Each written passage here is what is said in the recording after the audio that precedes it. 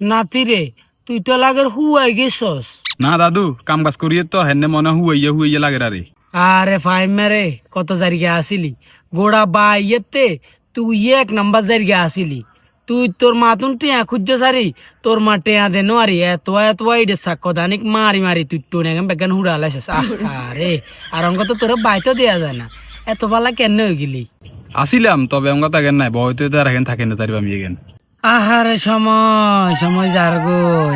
তোর বাপগা কত বালা, তোর মাগা কত বালা, তুই তো আরো বালা। কেন এত বালা হইলি? কত জায়গা আমি করতি আর না তিন শুনিয়া তোর নামে সুনাম করতে করতে করতে করতে যায় সারাদিন আর কানিয়েন খাইলে। কিয়া দাদু, আর কথা কিয়া সুনাম করার? ওমা তো বা তোর কথা সুনাম করতো না আর কার কথা সুনাম করব? হন, গুনালারে গুণ দিয়ন, হেনালারে হেন দিয়ন, সুনাম আয় করিয়েন না। হিতি কতবার কয় খাইলে ফাইম বাইয়া, খাইলে ফাইম বাইয়া, খাইলে ফাইম বাইয়া, কিয়া হয়েছে আল্লাহ জানে। কিয়া কয় কোন না কেনা?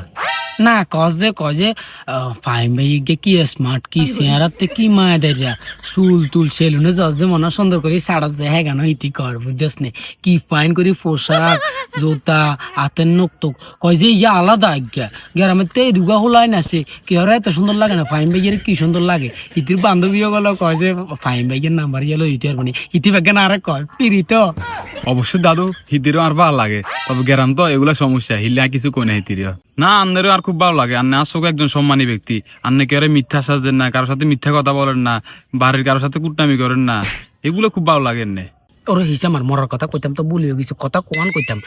আর কয়ে দাদু ফাইম ভাইয়া তো বালা কেন, খাইলে বালা ফাইম ভাইয়া বালা।